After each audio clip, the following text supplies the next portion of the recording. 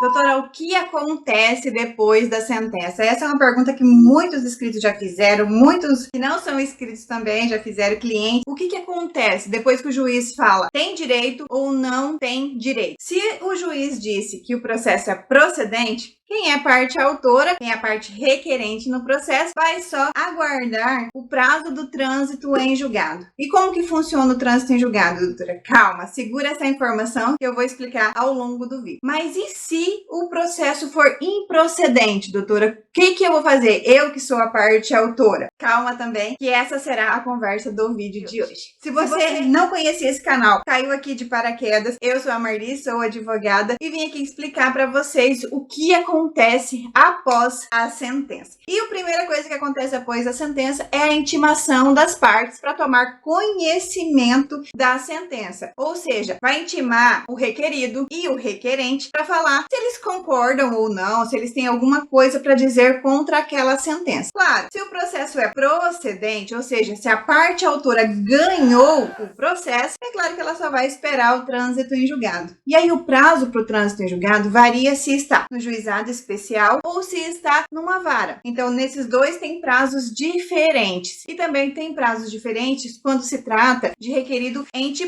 público. Quando o ente é público, o prazo dele, em regra, é em dobro. Ou seja, se ele tem 15 dias para apelar, que é um tipo de recurso que cabe contra a sentença, ele terá 30 dias úteis, mas é importante ressaltar que isso não acontece no juizado especial da Fazenda. E por que, doutora, não acontece? Porque a lei do juizado especial da Fazenda fala que eles não têm direito a prazo em dobro. E o prazo deles vai ser o prazo comum. O mesmo prazo que você, requerente, tem para interpor o recurso inominado, que é o recurso que cabe no juizado especial da Fazenda Pública e também no juizado especial civil. Então, nesses dois vai caber o recurso inominado. Se o seu processo está no juizado especial, o nome do recurso que cabe contra a sentença, porque você não concordou alguma coisa da sentença, se chama recurso inominado. Se o seu processo está na vara, o recurso cabível é apelação. Se as partes forem partes comuns, privadas, a apelação será interposta em 15 dias. Agora, se é um ente público, esses 15 dias serão em dobro, então serão 30 dias úteis para eles apelarem caso eles não concordem da sentença. Quando o processo está na vara, tem ainda uma coisa chamada remessa necessária, que é um recurso qual a parte requerida não recorre. Ela não recorre, o próprio juiz vai pegar o seu processo, enviar para o tribunal de competência para ele analisar a sentença do próprio juiz. Por que isso acontece, doutora? Porque tem a lei que especifica que é obrigado em alguns casos a haver a remessa necessária. Não é em todos os casos que o ente público perde e vai haver remessa necessária, mas é uma regra e tem algumas exceções aí. Se vocês quiserem saber as exceções, deixe aqui nos comentários que eu faço um vídeo específico só tratando das exceções às quais não cabe remessa necessária. Doutora, então a senhora está me dizendo que eu ganhei um processo, ganhei o meu processo e ele está na vara e o próprio juiz vai enviar o meu processo para o tribunal na forma de recurso? Sim, exatamente isso que eu estou dizendo. Eu abomino a remessa necessária, mas é um recurso legal. E infelizmente não tem como a gente brigar contra ele porque está lá na lei e não tem como a gente, meros advogados, fazerem nada com relação à remessa necessária. Doutora, o meu processo ninguém recorreu, passou o prazo para recurso. O que acontece?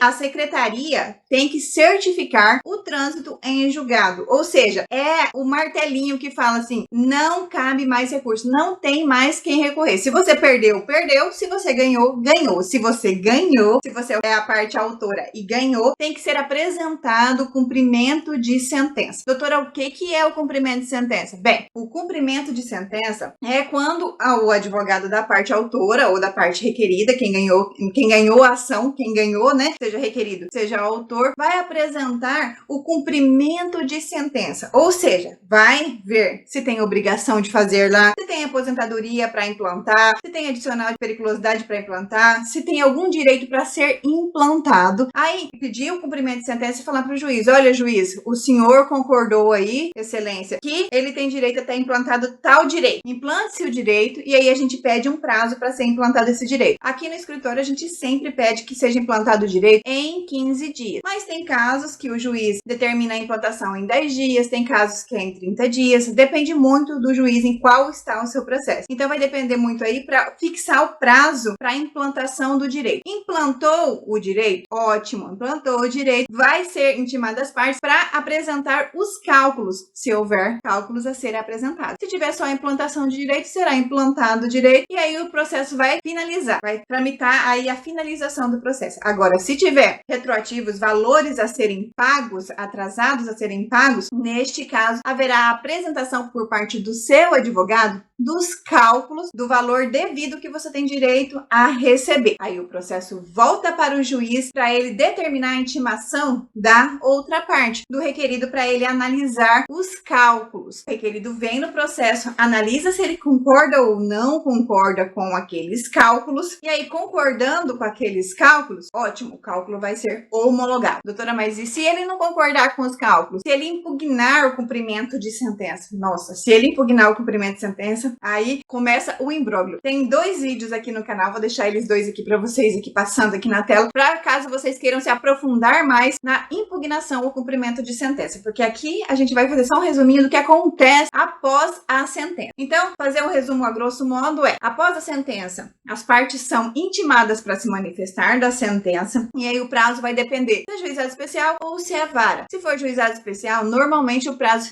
é 10 dias para se manifestar da sentença, para apresentar o recurso. Agora, na vara, quando o processo está na vara, são 15 dias para se manifestar da sentença. Aí, todo mundo concordou com a sentença, vai ter o trânsito em julgado, vai certificar o trânsito em julgado. Não tem um prazo aí para ser certificado esse trânsito em julgado, mas depois que finaliza os 10 dias, se estiver no juizado, ou os 15 dias úteis que estiver na vara, é melhor dar uma ligadinha lá para a secretaria certificar o trânsito em julgado. Após certificado o trânsito em julgado, aí o seu processo vai começar a melhor fase, que eu amo a fase do cumprimento de sentença. Ai, doutora, por que você ama? Porque ainda não é a fase de receber. Cumprimento de sentença inicial não significa que você já vai receber em breve. Muito pelo contrário. Significa que o direito vai ser implantado, que aquele direito que você requereu, que você solicitou lá no comecinho do seu processo, ele vai ser implantado. E é isso que a gente está buscando. Os retroativos é só uma consequência do direito a ser implantado. E é por isso que essa, para mim, é a melhor fase do processo. Porque é o direito sendo implantado, aquele que está buscando na justiça. Então, para mim, é a melhor fase. Aí começou o cumprimento de sentença, implantou o direito, vão se iniciar a fase de atualização de cálculos. E aí, nessa fase, a gente vai saber se o nosso processo, se for contraente público, se vai ser pago por meio de RPV, que é uma forma de pagamento, ou se ele vai ser pago por meio de precatório, que é outra forma de pagamento. Doutora, qual que é a diferença dessas duas formas? Vou deixar um vídeo aqui para vocês explicando qual a diferença entre essas duas formas de pagamento. Nossa, doutora, quantas coisas acontecem após ser proferida a sentença? Sim, muitas coisas acontecem, muitos são os prazos, procedimentos a serem seguidos. Então, assim, após a sentença, tem todo um cronograma a ser seguido. O fato da sentença ter sido procedente, o fato da sentença ter me dado o direito inicialmente, não significa que esse direito já é meu. Muito pelo contrário, isso pode mudar tudo em um provável recurso, pode mudar tudo lá na frente com relação a valores. Um exemplo que eu gosto sempre de trazer são as ações de URV. Por quê? As ações de URV, por exemplo, às vezes a gente ganha a ação, mas na hora do cumprimento de sentença nem sempre a gente leva o direito. Então tudo pode acontecer mesmo depois que a sentença foi proferida e você teoricamente ganhou já de início aqui no primeiro grau. Pode acontecer muitas coisas no segundo grau, pode acontecer muitas coisas no STJ, no STF, pode acontecer muitas coisas no seu processo até chegar o trânsito em julgado, que é quando é garantido que